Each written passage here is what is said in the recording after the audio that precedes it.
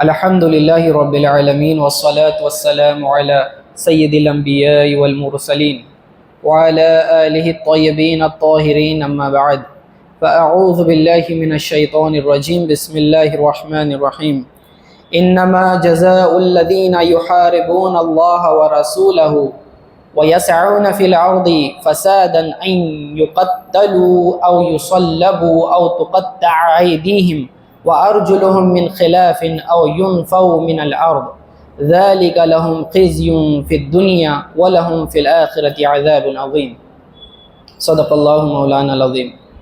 معزز بزرگوں اور دوستو، السلام علیکم ورحمۃ اللہ وبرکاتہ۔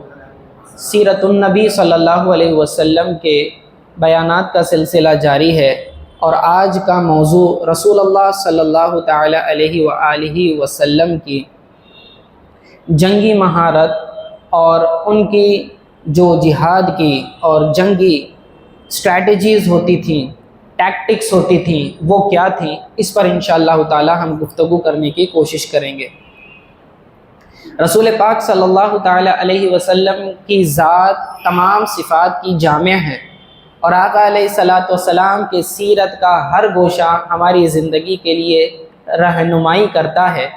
اسی طرح جس طرح ہم معاشی معاملات میں، عبادت کے معاملات میں، گھریلو معاملات میں اور پولیٹیکل معاملات میں، تعلیمی معاملات میں، ہر فیلڈ میں آقا علیہ الصلاۃ والسلام کی سیرت سے رہنمائی حاصل کرتے ہیں، اسی طرح جب وارفیئر ہوتی ہے، جنگی حالات ہوتے ہیں، اس وقت آقا علیہ الصلاۃ والسلام کا اسوہ حسنہ کیسا تھا، آقا علیہ الصلاۃ والسلام کی اسٹریٹجیز، پلاننگ، ٹیکٹکس یہ کیسی تھیں، اور ایک رہنما کو، ایک جنگجو لیڈر کو کیسا ہونا چاہیے، سپہ سالار کو کیسا ہونا چاہیے، جنگ میں کیا معاملات پر دھیان دینا چاہیے، کس طرح اپنی فوج کی حوصلہ افزائی کرنی چاہیے، دشمنوں کی کس طرح سے جاسوسی کرنی چاہیے، کس طریقے سے دشمنوں کے حوصلوں کو پست کرنا چاہیے، اور جہاں تک ممکن ہو بہت کم نقصان اٹھاتے ہوئے زیادہ سے زیادہ اچیومنٹ کیسے حاصل کی جائے، یہ ساری چیزیں انشاءاللہ تعالی ہمیں نظر آئیں گی۔ عموماً یہ جملہ کہا جاتا ہے کہ جو ہے جنگ میں ہر شے جائز ہے، لیکن شریعت کا نقطہ نظر ایسا نہیں ہے۔ شریعت جو ہے تمام معاملات میں جہاں اصول فراہم کرتی ہے، وہاں جنگ کے معاملات کے متعلق بھی خصوصی رہنمائی فرماتی ہے کہ کون سے کام آپ نے کرنے ہیں، کون سے نہیں کرنے ہیں۔ ہمارا یہ جو نوجوان طبقہ ہے آج کے زمانے کا، ویسا بہادر نہیں رہا۔ ہمارے صحابہ کرام جو بہادر شخصیات تھی، ان کے واقعات پہلے گھروں میں سنائے جاتے تھے، جن سے نوجوان نسلیں اثر حاصل کیا کرتی تھیں، ان کے اندر حوصلے پیدا ہوا کرتے تھے، لیکن اب وہ سلسلہ نہ رہا۔ ان واقعات کی جگہ یوٹیوب نے، فیس بک نے اور انسٹاگرام نے لے لی ہے۔ اب لوگوں کے اندر پیشنس نہیں ہے، وہ تفصیلی واقعات سنتے بھی نہیں ہیں، اور ان کے مائنڈ سیٹ جو ہیں بزدلی کی طرف بڑھ چکے ہیں۔ سوشل میڈیا میں اس طرح سے نیوز پھیلائی جاتی ہے، کفار کی تعریفیں کی جاتی ہیں، کفار کے غلبے کی تعریفیں کی جاتی ہیں، اور مسلمانوں کو بتلایا جاتا ہے کہ تم تھوڑے ہو، تمہاری طاقت کچھ بھی نہیں ہے، تمہیں یوں مسل کر رکھ دیا جائے گا، تمہاری کوئی حیثیت ہی نہیں ہے، ہم میجورٹی میں ہیں، تم مائنورٹی ہو۔ اس طرح کا تاثر ذہن میں ڈال کر سائیکولوجیکلی پہلے مسلمانوں کو کمزور کر دیا جاتا ہے۔ بعد میں خود بخود یہ مینٹالٹی جب عروج پر چلی جاتی ہے تو انسان فزیکلی بھی کمزور ہو جاتا ہے۔ جبکہ آقا علیہ الصلاۃ والسلام صحت کی طرف توجہ دلانے والے لوگوں میں سے تھے۔ آپ جو ہے ہیلتھ کے ایشوز پر بہت زیادہ توجہ دیا کرتے تھے۔ نوجوان اپنی صحت کو برقرار رکھیں، اسی لیے شریعت نے شراب سے منع کیا ہے، اور ہر وہ نشیلی چیز جو انسان کے جسم کو خراب کرتی ہے، اس کی عقل کو بھی خراب کرتی ہے، اس کے جسم کو بھی خراب کرتی ہے، اسے حرام قرار دیا ہے۔ زہر کو حرام قرار دیا ہے، خودکشی کو حرام کیا گیا ہے۔ غرض یہ کہ ہر وہ بات جو انسان کی عقل کو یا انسان کے جسم کو نقصان دینے والی ہے، شریعت اسے منع کرتی ہے۔ ٹھیک اسی طرح رسول اللہ صلی اللہ علیہ وسلم نے فزیکل فٹنس کی طرف توجہ دلاتے ہوئے ترغیب صحابہ کو دلائی ہے۔ آپ علیہ الصلاۃ والسلام جو ہیں جنگی تیاریاں کرواتے، اور صحابہ کرام کو جو ہے فزیکل فٹنس کے جو ہے ان کے ٹیسٹ لیا کرتے تھے اور ان کی عمریں چیک کیا کرتے تھے. جو بالغ ہوتے ان میں بھی یہ دیکھتے کہ کون زیادہ فزیکلی فٹ ہے اسے میدان جنگ میں جہاد کی اجازت دیتے, باقیوں کو نہیں دیا کرتے تھے. جب مسلمان تھوڑے تھے, مسلمان بہت کم تھے, تھوڑے تھے, اور اکثر جو ہے ضعفاء تھے, کمزور قسم کے لوگ تھے یا پھر ضعیف بوڑھے تھے, تو حضور علیہ الصلوۃ والسلام نے داڑھیوں کو رنگنے کا حکم دیا تھا, یہ بتلانے کے لیے کہ سامنے والی فوج ان سفید داڑھیوں کو دیکھ کر یہ نہ سمجھے کہ یہ تو کمزور بوڑھے ہیں, یہ کیا لڑیں گے. اپنی داڑھیوں کو رنگو تاکہ آپ کا بڑھاپا چھوٹ جائے. اگرچہ کہ آقا علیہ الصلوۃ والسلام کے پاس اس وقت افرادی قوت یعنی کہ جو جنگی لوگ تھے وہ کم تھے, فوج کم ہے, لیکن آقا علیہ الصلوۃ والسلام اس میں بھی اس طرح کی ٹیکٹک استعمال کر رہے ہیں کہ دشمن کو ہماری کمزوریوں کا پتہ نہ چلے. ٹھیک ہے, اس کی واضح مثالیں آتی ہیں. اور یاد رکھیں یہ اسلام کا جو یہ نظام ہے, یہ جو جنگی نظام ہے, یہ ہمیشہ ڈیفینسو نہیں رہا ہے, یہ غلط فہمی ہے جی. یہ جو آقا علیہ الصلوۃ والسلام کی اسٹریٹجی تھی کبھی ڈیفینسو بھی رہی ہے اور اوفینسو بھی رہی ہے. آپ نے جنگی اقدامات بھی کیے ہیں اور کبھی جو ہے پروٹیکٹیو موڈ میں بھی کام کیا ہوا ہے. اس کی کئی مثالیں ملتی ہیں. بدر کے بعد احد یا خندق یہ ڈیفینسو تھی, لیکن اس کے علاوہ جو جنگیں ہوئی, غزوات ہوئے, وہ اوفینسو تھی. آقا علیہ الصلوۃ والسلام جس غزوے میں شریک ہو جائیں, جس جنگ میں شریک ہوں, اسے غزوہ کہا جاتا ہے. تاریخ کی جو کتابیں ہیں اور سیرت کی کتابیں اس میں یہ ٹرم استعمال ہوتی ہے. جب لفظ غزوہ بولا جاتا ہے تو اس کا معنی یہ ہوتا ہے کہ وہ جنگ جس میں آقا علیہ الصلوۃ والسلام بنفس نفیس شامل رہے, اور وہ جنگیں کہ جس میں آقا علیہ الصلوۃ والسلام نے فوجی دستے تیار کیے اور ملٹری آرمی کو کسی ایک لیڈر بنا کر دیا, آرمی چیف بنا دیا اور جنگ کی طرف روانہ کیا, خود اس میں شامل نہیں رہے, تو اس کو سرایا کہا جاتا ہے, سیریا. تو آقا علیہ الصلوۃ والسلام نے تقریباً 27 غزوات میں حصہ لیا ہے, 27, اور اس کے علاوہ جو سرایا ہوئے ہیں چھوٹے بڑے ملا کے کل 70 کے قریب پہنچتے ہیں آقا علیہ الصلوۃ والسلام کے زمانے میں. تو اندازہ لگائیں کہ 27 غزوات میں آقا علیہ الصلوۃ والسلام خود شریک ہیں. تو ایک رہنما, ایک لیڈر, ایک قائد جو خاص طور سے پورے نظام کو چلا رہا ہے, صرف دینی نظام کی بات نہیں ہو رہی ہے, حکومت اسلامیہ قائم ہو چکی ہے مدینہ میں میثاق مدینہ اسٹیبلش ہو چکا ہے, مسلمانوں کی پاپولیشن وہاں بڑھتی جا رہی ہے. اب چونکہ یہ علاقہ اسلامی ہو چکا ہے تو اس کی حفاظت کی ذمہ داری حکومت کی ہوتی ہے, اور حکومت جو ہے اس طرح کے اقدامات لے گی اس کے افراد کو پروٹیکٹ کرنے کے لیے. آقا علیہ الصلوۃ والسلام نے الائنسز بھی قائم کیے. جیسے ہی آپ ہجرت فرمائے مدینہ آتے ہیں تو وہاں کے یہود کے جو لوگ ہیں ان کے ساتھ نے الائنس قائم کیا, اور وہاں پر میثاق مدینہ جو ہے قائم ہوا. فرسٹ کانسٹیٹیوشن کی بنیاد رکھی پوری تاریخ میں. دنیا میں بڑے بڑے کانسٹیٹیوشن بنے ہیں, آپ کینیڈا, یو ایس اور دنیا بھر کی مثال لیتے ہیں, انڈین کانسٹیٹیوشن بھی ہے, لیکن سب سے پہلا کانسٹیٹیوشن کی بنیاد رکھنے والے آقا علیہ الصلوۃ والسلام ہیں, جس میں 26 پوائنٹ صرف مسلمانوں کے لیے, 27 پوائنٹس یہود کے لیے تھے. ٹوٹل جو ہے ایک ایگریمنٹ ہوا. ان میں چند باتیں یہ تھی کہ اگر یا مدینہ پر کوئی مشرکین حملہ کرتے ہیں تو ہم مل کر کیا کریں گے, ساتھ دیں گے, مل کر جو ہے اپنے مدینے کی حفاظت کریں گے, اپنی دیش اپنے ملک کی حفاظت کریں گے. یہ اس میں پوائنٹ طے ہوا تھا.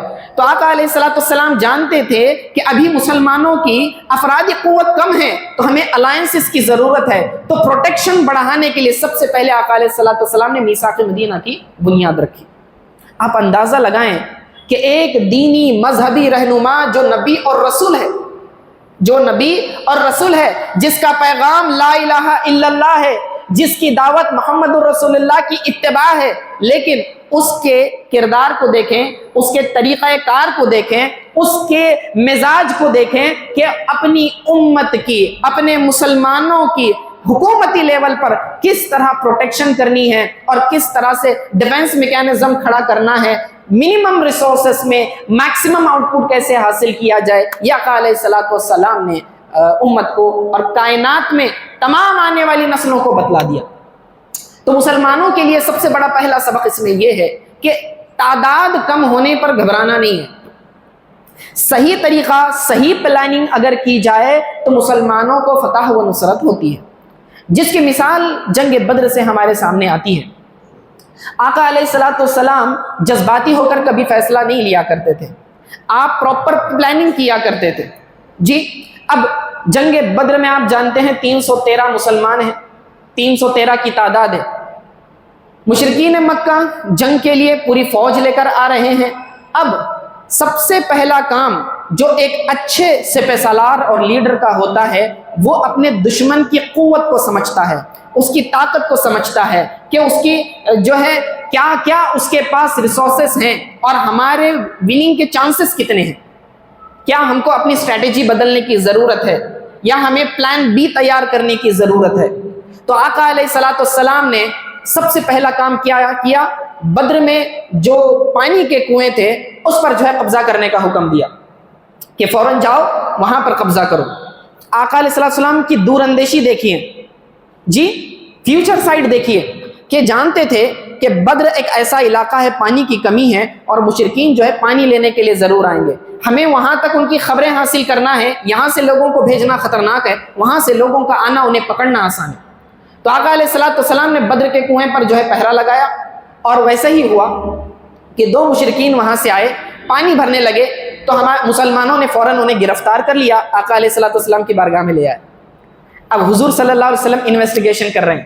جی آپ نے پوچھا کہ کفار کی تعداد کیا ہے تمہاری فوج میں، تو اب وہ کیوں اپنا راز کھولیں گے؟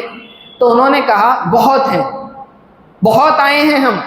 یہ انہیں ایسا لگا کہ ہم تعداد کا روب جھاڑیں گے تو ان کی ہمتیں پست ہو جائیں گی، تو ہم بہت ہیں.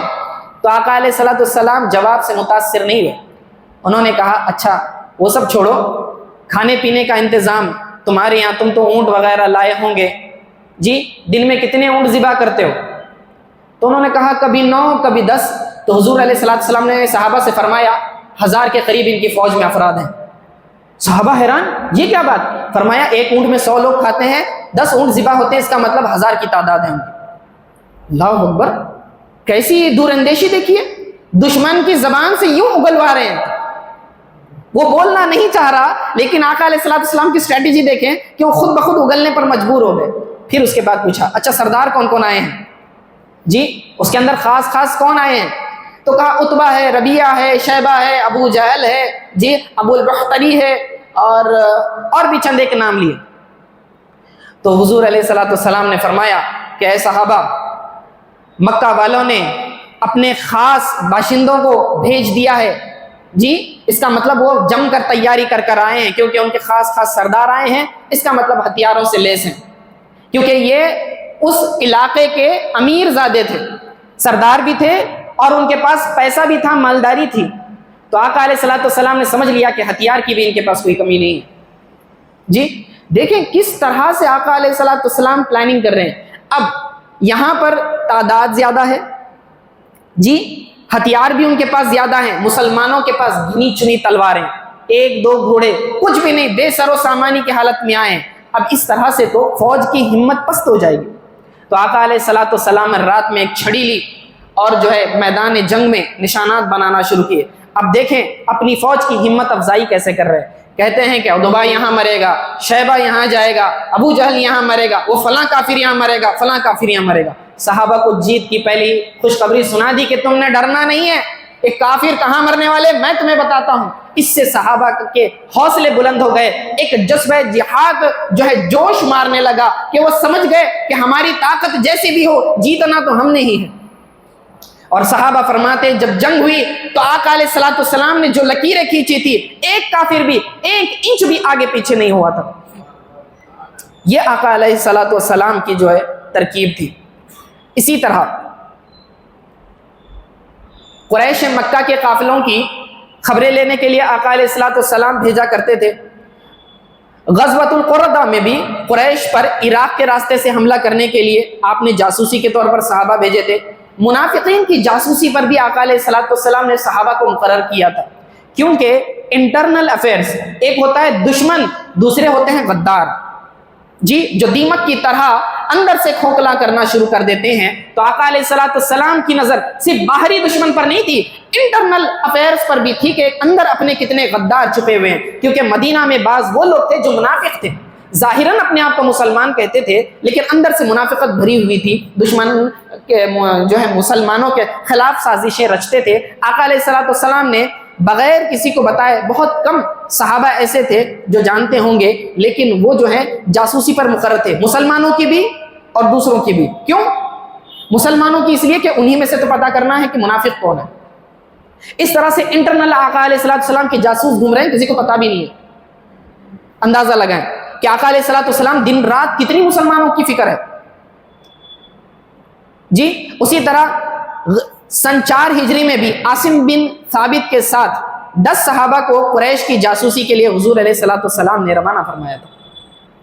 غرض یہ کہ آقا علیہ الصلوۃ والسلام کی ایک لیڈرشپ کوالٹی یہ ہے کہ جنگی میدان میں کہ اگر کوئی چیلنج کرے نا تو بزدلی نہیں دکھائی جاتی، چیلنج کو قبول کیا جاتا ہے. جب غزوہ احد ہوئی، جی غزوہ احد ہوئی تو اس وقت آپ کو پتہ ہے اسٹریٹجی یہ تھی کہ حضور علیہ الصلوۃ والسلام نے ایک پہاڑی کے ٹیلے کے اوپر بعض 70 صحابہ کو مقرر کر دیا تھا، تیر اندازوں کو کہا تھا کہ یہاں سے بالکل ہلنا نہیں ہے. وجہ یہ تھی کہ پیچھے سے ایک راستہ خالی تھا. حضور علیہ الصلوۃ والسلام کو اندیشہ تھا کہ اگر یہاں سے دشمن آ گیا تو مسلمان دونوں طرف سے دب جائیں گے، بیچ میں جو ہے ان کے جیتنے کے چانسز کم ہو جائیں گے. تو حضور علیہ الصلوۃ والسلام نے صرف ڈرانے کے لیے پہاڑ کے ٹیلے کے اوپر بعض صحابہ کو مقرر کر دیا تھا کہ دشمن جو ہے وہ دیکھے گا، سمجھے گا کہ فوج کی ایک بڑی ٹکڑی یہاں بھی کھڑی ہے، ہم پیچھے سے حملہ نہیں کر سکتے. لیکن ہوا یوں کہ صحابہ کو جب لگا کہ جنگ احد جیتنے کے قریب ہو گئے اور ہتھیار ڈال کر جو ہے کفار بھاگنے لگے، تو انہوں نے مال غنیمت جمع کرنے کے لیے وہاں سے پہاڑی سے نیچے اترے. صحابہ نے کہیں منع کیا کہ اس طرح نہیں کرنا ہے، لیکن وہ جو ہے سمجھے کہ اب تو ہم جنگ جیت چکے ہیں، حضور نے تو شاید اس لیے فرمایا تھا کہ جب تک جنگ چل رہی ہے تب تک کے لیے حکم تھا، اب تو ہم جیتنے والے ہیں. تو اسے نیچے اتر گئے، مال غنیمت جمع کرنا شروع کر دیا. پیچھے سے ابو سفیان نے ایک لشکر کے ساتھ حملہ کر دیا، تیر اندازوں کو ختم کر دیا. چند ایک افراد جو بچے تھے وہ شہید ہو گئے اور یہاں سے پیچھے سے مسلمانوں پر حملہ کر دیا. جو آقا علیہ الصلوۃ والسلام نے سوچا تھا ویسے ہی ہوا. یہاں پر تھوڑی سی گڑبڑ ہوئی کہ مسلمانوں نے جو ہے اس کو لائٹلی لے لیا، حالانکہ اللہ رب العزت نے اس پر بہت سخت تنبیہ فرمائی. بعد میں فرمایا کہ تمہاری فتح جو ہے شکست میں اس لیے بدلی کہ تم نے رسول اللہ صلی اللہ علیہ وسلم کے حکم کو نہیں مانا. ابو سفیان نے حملہ کیا، مسلمان دب گئے، بھاگے، لیکن ایک بہادر سپہ سالار کبھی بھی میدان جنگ سے بھاگتا نہیں ہے. جی جب بعض کمزور صحابہ، کمزور ایمان والے دوڑنے لگے، گھبراہٹ کے عالم میں ایک افواہ بھی اٹھی کہ آقا علیہ الصلوۃ والسلام شہید کر دیے گئے ہیں، شیطان نے افواہ اٹھائی تھی، تو صحابہ کی ہمتیں ٹوٹ گئی، وہ دوڑنے لگے. ادھر جو ہے رسول اللہ صلی اللہ علیہ وسلم نے حضرت عباس کو حکم دیا کہ بلند آواز سے پکاریں اور صحابہ کو بلائیں، انصار کو پکاریں. انصار نے آواز سنی اور آقا علیہ الصلوۃ والسلام کے پاس گھیرا بندی کر دی. سارے کے سارے وہ جو ہے لوٹ آئے اور جم کے آقا علیہ الصلوۃ والسلام کھڑے رہے.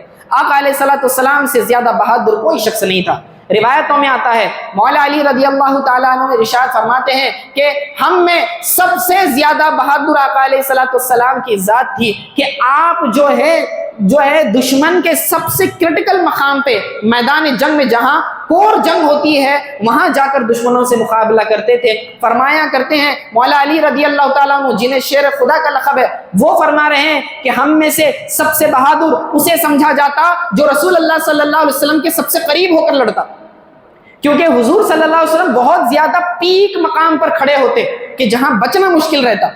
وہاں آقا علیہ السلام کھڑے ہیں، دوسروں کو بھیج کر خود پیچھے نہیں ہے.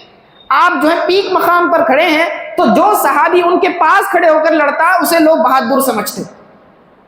اور فرماتے ہیں جب جنگ میں گرماہٹ آ جاتی، دشمن زور سے حملہ کرتا، مولا علی رضی اللہ تعالیٰ عنہ فرماتے ہیں ہم آقا علیہ السلام کی پناہ لے لیتے، ہم حضور کے پیچھے چھپ جایا کرتے تھے. اس سے اندازہ لگائیں آقا علیہ السلام کی بہادری کیسی تھی، شجاعت کیسی تھی. جی اور جیسے کہ میں نے کہا کہ ایک لیڈر جو ہے کبھی بھی پست ہمت نہیں ہوتا. جب یہ غزوہ احد کی شکست ہوئی اور ابو سفیان جو ہے وہاں سے جانے لگے، وہ چلے گئے، پھر انہیں ایک ایسا موقع آیا، انہیں ایسا لگا کہ مجھے تو چاہیے تھا کہ میں ان مسلمانوں کو مکمل طور سے کچل دیتا. جی یہ تو بڑا میں نے غلط اقدام کیا، تو مجھے لوٹ کر جو ہے حملہ کر دینا چاہیے. آقا علیہ الصلوۃ والسلام کو اس کی خبر پہنچی. آقا علیہ الصلوۃ والسلام نے بعض صحابہ کو لیا اور پیچھے ایک دستہ روانہ کیا تعاقب کے لیے ابو سفیان کے. لیکن جیسے ہی انہیں پتا چلا کہ ہمارے پیچھے فوج آ رہی ہے تو انہوں نے ارادہ ترک کر دیا اور چلے گئے. بعد میں جاتے وقت انہوں نے یہ کہا ابو سفیان نے کہ ہم جو ہے اگلے سال بدر کے مقام پر ملیں گے. غزوہ بدر ہو چکی ہے, احد ہو چکی, اب تیسرا چیلنج ہو رہا ہے کہ ہم کہاں ملیں گے, اس کا بدلہ ہم کہاں لیں گے, بدر میں لیں گے. بدر میں جو ہمیں شکست ہوئی تھی اس کا بدلہ لیں گے. تو حضور علیہ الصلوۃ والسلام نے فرمایا انشاءاللہ تعالی چیلنج ایکسپٹڈ. ایسا نہیں ہوگا کہ ہم جو ہے ڈر جائیں گے, یہ معاملہ نہیں ہے. ابھی شکست ہوئی تم کیا سمجھتے ہو, نہیں ہرگز نہیں, انشاءاللہ عز و جل ہم پہنچیں گے. ٹھیک ہے, تاریخ مقرر ہو چکی تھی بدر کی کہ جنگ ہونی ہے. لیکن ادھر ابو سفیان کے جو ہیں خیالات تھوڑے تبدیل ہو گئے. بعد میں سوچا کہ خام خواہ جو ہے ہم اقدام کریں گے اور ہمیں پہلے بھی نقصان ہو چکا ہے, مزید نقصان ہونے کا اندیشہ ہے, تو کسی طریقے سے یہ جو ہم نے چیلنج کر دیا ہے, چیلنج تو ہم نے خود کر دیا اور ہم اگر اپنی بات سے مکریں گے تو ہمیں لوگ تانا دیں گے.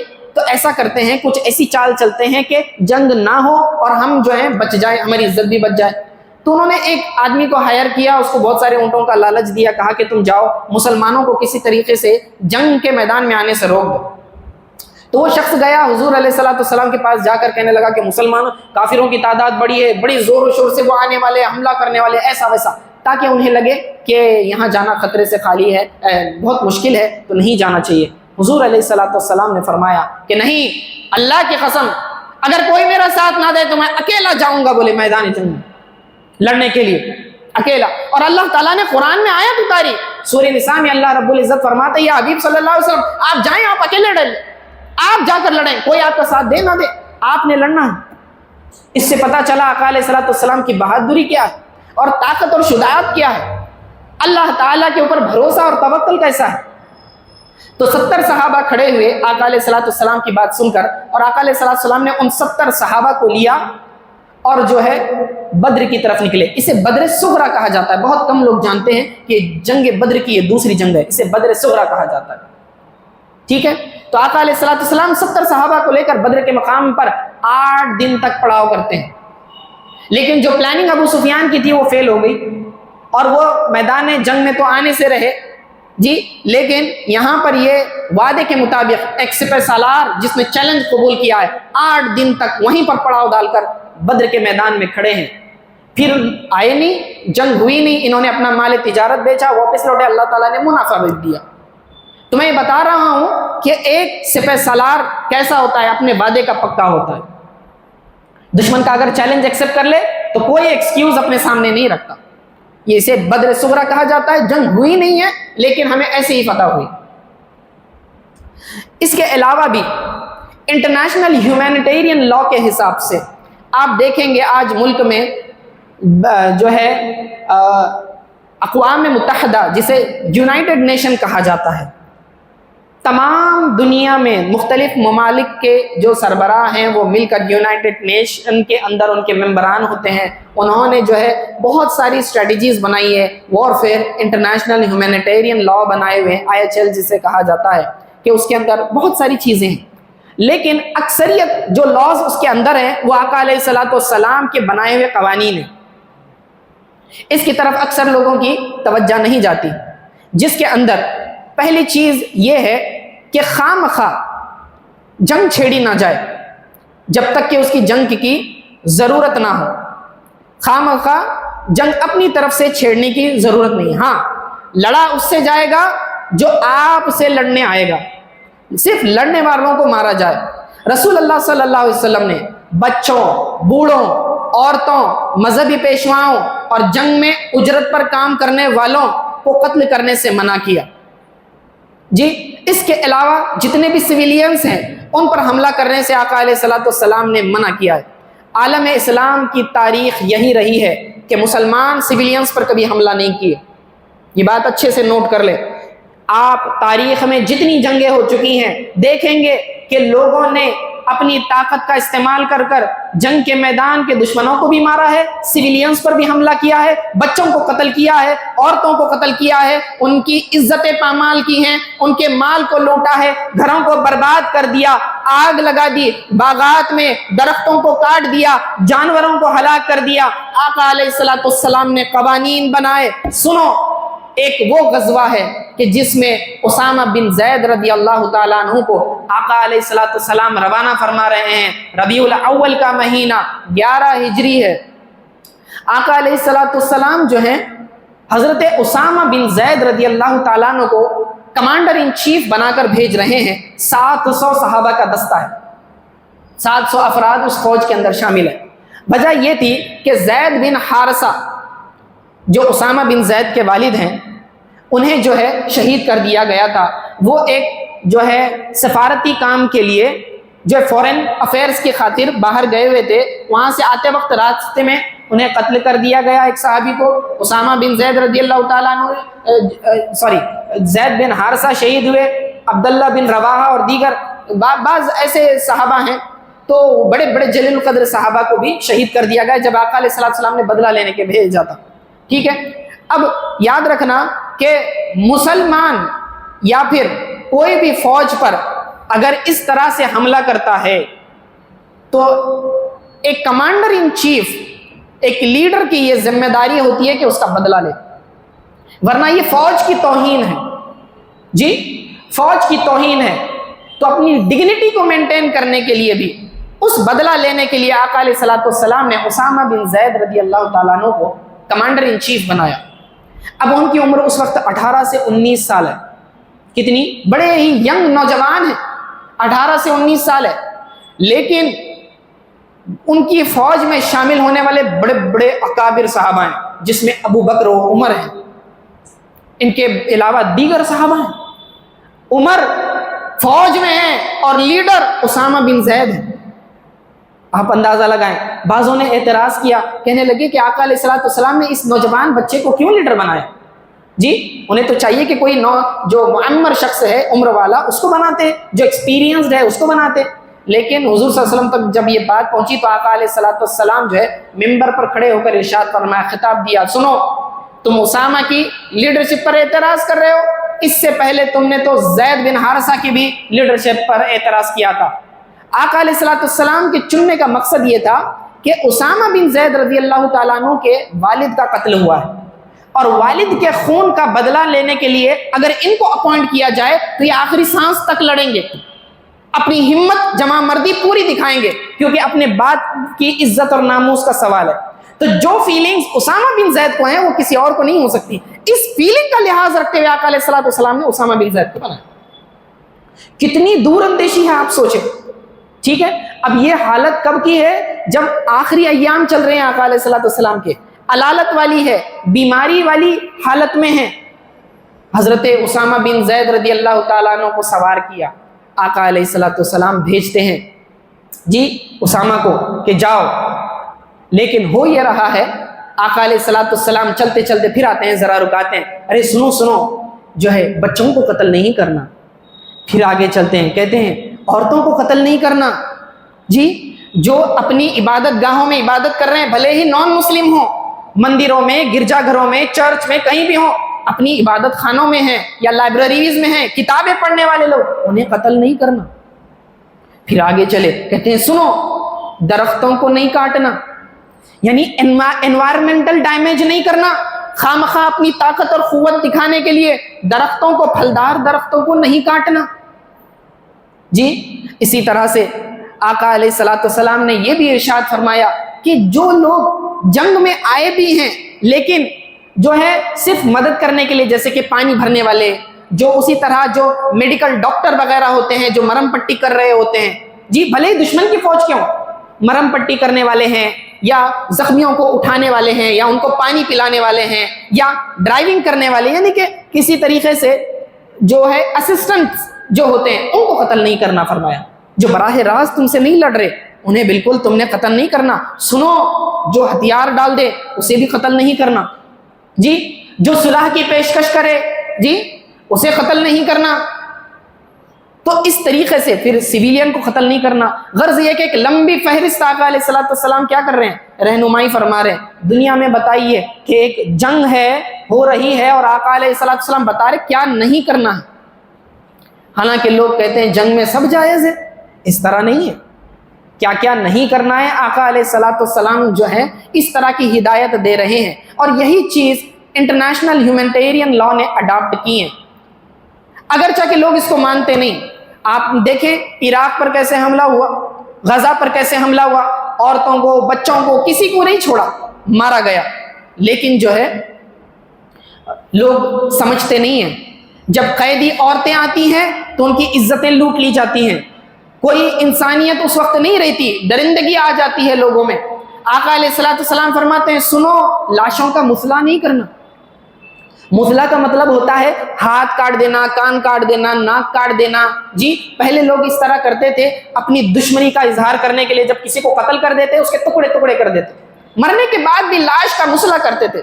آقا علیہ الصلوۃ والسلام نے اس سے منع فرمایا. یہ توہین، یہ درندگی ہے، حیوانیت ہے. ہماری لڑائی آئیڈیالوجی کی تھی، ان صفات کے ہم مخالف تھے، اس ذات کی مخالف نہیں تھے ہم. جی اب وہ مر چکا ہے، اس کی آئیڈیالوجی ختم ہو چکی ہے، اب لاش کے ساتھ اس طرح کا معاملہ کرنا آقا علیہ الصلوۃ والسلام نے منع فرمایا. پھر فرمایا سنو، جانوروں کو قتل نہیں کرنا.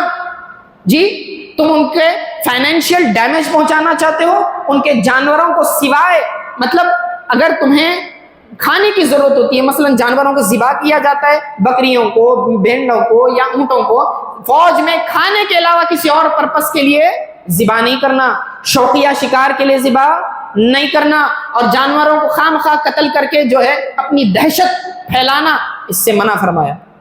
دہشت گردی اسلام پسند نہیں کرتا. عورتوں کی عزتیں لوٹنے سے منع فرمایا.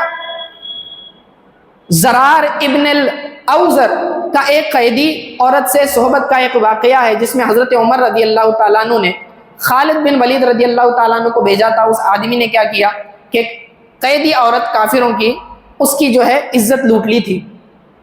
تو حضرت خالد بن ولید رضی اللہ تعالیٰ عنہ کو حضرت عمر نے فوراً بھیجا، جاؤ اس کو قتل کر دو. اپنی فوج کا آدمی، لیکن قانون کی خلاف ورزی، کورٹ مارشل. قانون سب کے لیے برابر ہے. حضور صلی اللہ علیہ وسلم کے حکم کی پاسداری کرنے کی ضرورت ہے. یہ بات اور ہے کہ وہ جانے سے پہلے ہی مر چکا تھا. جی تو جو سرنڈر کر دے اسے بھی فرمایا کہ کبھی بھی تم نے اسے قتل نہیں کرنا ہے. اسی طرح اور بھی باتیں آقا علیہ الصلوۃ والسلام نے حکمت عملی کی تحت یہ بیان فرمایا. معاہدے کیے، ایگریمنٹس ہوئے، الائنسز قائم کی. جی صلح حدیبیہ بھی اسی میں سے ہے. اسی طرح عرب کے مختلف قبائل کے ساتھ آقا علیہ الصلوۃ والسلام نے جو ہے الائنسز کیا ہوا تھا. اور ایک بات ہے کہ جس طرح کچھ لیڈرز ایسے ہوتے ہیں جن کی پاور بہت زیادہ بڑھ جاتی ہے اور پوری قوم اس کی پاور کے اوپر ٹکی ہوئی رہتی ہے، تو ان کی ہمتوں کو توڑنے کے لیے، ان کی بیک بون کو اکھاڑنے کے لیے اسیسینیشن کا بھی حکم دیا تھا. کعب بن اشرف یہ یہودی سرداروں میں سے تھا، بڑے قلعے میں رہتا تھا، خوب مالدار تھا، شاعر، بدتمیز تھا. حضور صلی اللہ علیہ وسلم کی شان میں گستاخی کرتا تھا. جب بدر ہوئی، مسلمانوں کو فتح ہوئی، تو اس نے جو ہے کافروں کو جا کر، مکہ کے مشرکین کو جا کر بھڑکایا، ان کے سامنے بڑا فصیح اور بلیغ خطبہ دیا، خوب گڑ گڑایا، انہیں جو ہے ان کی غیرت دلائی، کہا کہ تم نے لڑنا ہے، ادھر آیا، اور پھر شاعری لکھنا شروع کی اور مسلمان کی عورتوں کو نشانہ بنایا. ان کی پاک دامن عورتیں، صحابہ کی ماں، بیٹیاں، بیویاں، بہویں، ان کے اوپر گندی گندی باتیں لکھا کرتا تھا، شعر شاعری میں ذلیل کیا کرتا تھا، صحابہ کا خون کھولتا تھا. لیکن آقا علیہ الصلوۃ والسلام کا حکم تھا کہ برداشت کرنا ہے، صبر کرنا ہے. صبر کیا کرتے تھے. جب صبر کا پیمانہ لبریز ہوا، آقا علیہ الصلوۃ والسلام نے فرمایا کون ہے جو کعب بن اشرف کو میری جانب سے قتل کرے گا، یعنی اس کی اسیسینیشن کرے گا. تو پھر ایک صحابی کھڑے ہوئے، ابو نائلہ بھی تھے ان کے ساتھ، حارث بھی تھے، اور چند ایک افراد ہیں. ٹھیک ہے، تو یہ محمد بن مسلمہ یہ صحابی جو ہے کھڑے ہوئے، کہا یا رسول اللہ میں. پھر انہوں نے جو ہے ایک پلاننگ کی، ٹیم ورک کرنے کا سوچا، کیونکہ یہ جو کعب بن اشرف ہے خوب مالدار ہے، قلعہ ہے، ہزاروں پہرے دار ہیں، اس کو جو ہے قلعے کے اندر جا کر مارنا تو پاسبل نہیں ہے، بلکہ کسی طریقے سے اس کو باہر نکالنا پڑے گا. تو یہ ترکیب بنائی. حضور صلی اللہ علیہ وسلم سے کہا یا رسول اللہ صلی اللہ علیہ وسلم یہ معاملہ جنگ کا ہے اور کرٹیکل سچویشن ہے، لیکن مجھے ایسی باتیں کرنی پڑیں گی تو شاید وہ ناگوار گزریں، تو کیا مجھے اس کی اجازت ہے؟ تو پھر جو ہے اجازت لینے کے بعد وہ وہاں سے چلے۔ انہوں نے آپس میں جو ہے ٹیم ورک کا پوری پلاننگ کی اور جو ہے کعب بن اشرف کے پاس گئے۔ ابو نائلہ جو تھے یہ جو ہے کعب بن اشرف کے بھائی تھے، سگے نہیں، ریلیشن میں۔ اب یہ گئے، کعب بن اشرف کو آواز دی کہ ہمیں ملاقات کرنی ہے، ہم تم سے بات کرنے آئے ہیں۔ تو اچھا، تو پھر وہ آیا، کہا کیا بات ہے، کیا بات کرنی ہے؟ تو کہنے لگے کہ جب سے یہ شخص ہمارے شہر میں آیا ہے محمد، ہماری تجارت کو بڑا نقصان ہوا۔ جی اب یہ جو ہے ایک سٹوری کریٹ کر رہے ہیں، سمجھے؟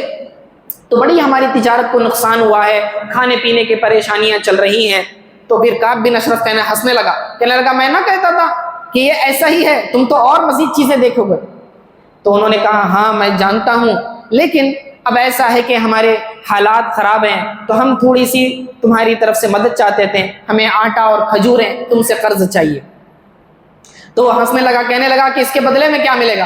کہنے لگے کہ ہم تم پر ہمارے بعض اشیاء تمہارے پاس گروی رکھو گے۔ تو وہ تانا دے کر کہنے لگا کیا تمہاری عورتوں کو میرے پاس گروی رکھو گے؟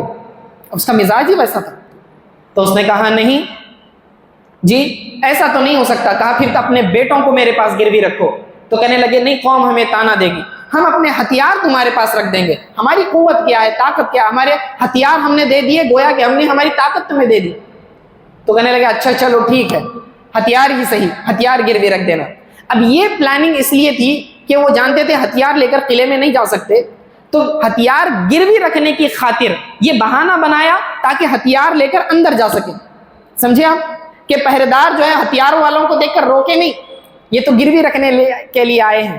تو اس طرح سے انہوں نے پلاننگ کی، ہتھیار پہنے، رات کے اندھیرے میں 14ویں کی چاند ہے، یہ دھیرے دھیرے مکہ سے مدینہ سے نکل کر 5 کلومیٹر کا سفر کر کے اس کے قلعے کی طرف پہنچے ہیں۔ رات نصف رات ہو چکی ہے، اکثر لوگ سو چکے ہیں۔ کعب بن اشرف کو جو ہے آواز دیتے ہیں، اس کو نیچے بلاتے ہیں کہ ہم تم سے وعدے کے مطابق آ چکے ہیں۔ اب وہ اپنی نئی نویلی دلہن کے ساتھ لیٹا ہوا تھا، تو اس کی بیوی آواز سن کر کہتی ہے کہ خدا را تم نہ جانا، مجھے ان کی آواز سے خون ٹپکتا ہوا محسوس ہو رہا ہے۔ یہ اس کی بیوی کہتی ہے، لیکن کعب بن اشرف کرتا ہے ایسے کیسے ہو سکتا ہے، وہ تو میرا بھائی ہے اور وہ تو مدد مانگنے آئے ہیں، اور جو بھی ہو ہم جیسے شریفوں کا کام ہے کہ مدد کے لیے نیچے اترے۔ تو پھر وہ نیچے اترا، ٹھیک ہے، مضبوط لباس پہنا ہوا تھا اور بالوں سے عطر ٹپک رہا تھا، بڑا ہی امیر زادہ تھا۔ تو ابو نائلہ جو ہیں اس سے بات کرنے لگے، ان کی سازش یہ تھی کہ کسی طرح بات کرتے کرتے الجھا کے اس کو قلعے سے تھوڑی دور کی طرف لے جانا ہے۔ تو دھیرے دھیرے وہ جو ہے دوری کی طرف لے جانے لگے بات کرتے کرتے کہ حسب معمول ہم آ گئے ہیں وغیرہ وغیرہ۔ اندھیرا ہے، مشالیں نہیں جل رہی ہیں کیونکہ فوجی سو چکے ہیں۔ تو ادھر وہ کہنے لگے، ابھی ابو نائلہ سازش دیں گے، کہنے لگے تمہارے اندر سے تو بڑی اچھی خوشبو آ رہی ہے۔ تو بڑا خوش ہوا، کہنے لگا میں نے تو زبردست عطر لگایا ہوا ہے، عرب میں ایسا کوئی عطر نہیں ملے گا مجھے سا۔ تو کہا اچھا کیا میں اس کی خوشبو سونگھ سکتا ہوں؟ تو کہا بالکل۔ اس نے اپنا سر نیچے کیا، خوشبو سونگھی، ساتھیوں سے کہا دیکھو کتنی زبردست عطر لگایا، خوشبو لگا، لوگ سونگنے لگے جو ساتھی 5 آئے ہیں، ٹھیک ہے۔ اس کے بعد کہا یہ تو بڑا اچھا لگا مجھے، میں ایک بار اور سونگنا چاہتا ہوں۔ کہا ٹھیک ہے۔ اس نے اپنا سر جھکایا، جیسی اس نے اپنا سر جھکایا یہ صحابی نے جو اس کے بال پکڑ کے کھینچ لیے، کہا کہ دشمن خدا پر حملہ کرو۔ فوراً اس کے بال پکڑ لیے، کھینچ لیا، تلواروں سے مارنے لگے۔ اندھیرا تھا لیکن صحابہ کی تلواریں ادھر ادھر بھی لگتی تھی، ٹھیک ہے، اور اس نے مضبوط لباس پہنا ہوا تھا تو جلدی وہ زخمی بھی نہیں ہو پا رہا تھا۔ تو چیخیں مارنے لگا، کوشش کی، لیکن پھر ادھر سے جو ہے جناب نائلہ، غالباً ابو نائلہ یا پھر محمد بن مسلمہ نے جو ہے ان کے پاس جو خنجر تھا اس کے پیٹ میں خوب لگا کر زور سے دبایا کہ بڑی چیخ نکلی اس کی، ٹھیک ہے۔ اور اسی مارا ماری میں جو ہے بعض صحابہ کو تلواریں بھی لگ گئیں۔ پھر فوج بھی اٹھی، تعاقب ہونے لگا، پیچھے آنے لگے، کعب بن اشرف کو مار کر یہ دوڑے، 5 کلومیٹر کا زخمی حالت میں سفر کر رہے ہیں۔ حارث جن کے پیر کو جو ہے تلوار لگی تھی لنگڑاتے ہوئے، ان کو جو ہے کندھے پر ڈالا اور پھر لے کر دوڑے دوڑے آئے۔ آقا علیہ الصلوۃ والسلام ادھر مسجد نبوی میں ہے، فجر کی نماز کا وقت ہے، اور پھر حضور علیہ الصلوۃ والسلام دیکھتے ہیں کہ خون میں لت پت میرے صحابہ آئے ہیں، کہنے لگے فتح یاب چہرے، جیت کر آنے والے چہرے۔ جی آقا علیہ السلام چہرے کو دیکھ کر مسکراتے، کہتے ہیں یہ تو جیت کر آئے ہوئے ہیں۔ جی پھر حارث کی ٹانگ کو دیکھا تو آقا علیہ السلام نے اپنا لعاب دہن لگایا، وہ ٹانگ بالکل سیدھی ہو گئی۔ سارے زخم چلے گئے۔ تو اس طرح کی بھی حکمت عملی، جب جیسے ہی کعب بن اشرف کا قتل ہوا پوری علاقے میں بات پھیلی، پھر اس کے بعد یہودیوں کی ہمتیں ٹوٹ گئیں، کسی کی بعد میں مجال نہیں ہوئی کہ مسلمانوں کی عورتوں پر نگاہ اٹھائے یا مسلمانوں کی عورتوں کے خلاف کوئی بات کرے یا آقا علیہ الصلوۃ والسلام کی شان میں توہین کرے۔ ذاتی بدلہ نہیں تھا وہ، آپ علیہ الصلوۃ والسلام اپنے فوج کے جذبات کا بھی خیال رکھا کرتے تھے۔ اس کے علاوہ بھی آقا علیہ الصلوۃ والسلام کی بہت ساری حکمت عملی ہے کہ آپ مشورے سے کام لیا کرتے تھے، جیسا کہ غزوہ خندق کا آپ کو پتہ ہے کہ سلمان فارسی رضی اللہ تعالیٰ عنہ کے مشورے پر خندق کھودی گئی تھی، اطراف میں گڑھے کھودے ہوئے تھے۔ حالانکہ اس طرح کا جو جنگی حربہ ہے عربوں کے یہاں معروف نہیں تھا، عرب اس طرح نہیں کیا کرتے تھے، لیکن وہ خندق کھودنے کی وجہ سے جو ہے پھر وہاں بھی فتح ہوئی۔ آقا علیہ السلام کو مشورے کی ضرورت نہیں تھی، لیکن اللہ تعالیٰ نے انہیں حکم دیا تھا وَشَاوِرْهُمْ کہ آپ جو ہے ان کے ساتھ مشورہ کیا کیجئے، تو اس سے ان کے دلوں کو خوشی ہوتی ہے۔ تو آقا علیہ السلام نے مشورہ کیا تھا۔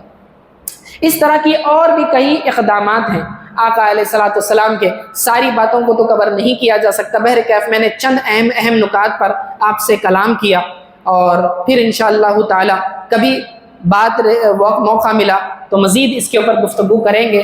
آخری بات کہہ کر اپنی گفتگو ختم کرتا ہوں کہ جنگ یہ پہلا عمل نہیں ہے، یہ آخری عمل ہے۔ مطلب یہ کہ ابتدا دشمنوں کے ساتھ جنگ سے نہیں ہوتی۔ آقا علیہ السلام پہلے دعوت و تبلیغ کے لیے قافلے کو بھیجا کرتے تھے، وہ جاتے دعوت دیتے، اگر دعوت قبول نہ کریں تو پھر انہیں جزیہ دینے کا حکم ہوتا، یعنی کہ مسلمانوں کی حکومت میں ٹیکس دے کر رہنا۔ یہ جب وہ ٹیکس دے کر رہتے ہیں تو انہیں پروٹیکشن ملتا ہے، اگرچہ کہ وہ کافر ہیں وہ اپنے مذہب پر رہ سکتے ہیں، اسلامی حکومت میں رہ سکتے ہیں، مسلمانوں کو ٹیکس دے کر رہیں گے اسلامی حکومت کو، اسے جزیہ کہتے ہیں، بدلے میں مسلمان ان کی جان مال عزت کی حفاظت کریں گے، اسے ذمی کافر کہا جاتا ہے جو جزیہ دے کر رہتے ہیں۔ اور اگر یہ اس بات کے لیے بھی تیار نہ ہو تو پھر آخری جنگ کی بات ہوتی ہے، سمجھے؟ یہ لاسٹ سٹیج ہے، فرسٹ سٹیج نہیں ہے کہ کبھی بھی انیشیٹو جنگ سے بات شروع نہیں ہوتی۔ آقا علیہ السلام جو ہے ادوار ہے، مختلف قسم کے پہلے اپورچونٹیز دی جاتی ہیں سامنے والے کو۔ تو بہرکیف اس کے علاوہ بھی اور بھی مزید آداب ہے، انشاءاللہ تعالیٰ پھر کبھی جو ہے ہم اس پر گفتگو کریں گے۔ اللہ تعالیٰ سے دعا ہے کہ آقا علیہ السلام کی سیرت طیبہ کے ہر گوشے کو سمجھنے اور اپنی زندگی میں اسے اپنانے کی ہمیں توفیق عطا فرمائے، تاکہ اس کی برکتیں ہمیں حاصل ہوں۔ وصلی اللہ تعالیٰ علی خیر خلقہ محمد وآلہ وصحبہ اجمعین برحمتک یا ارحم الراحمین۔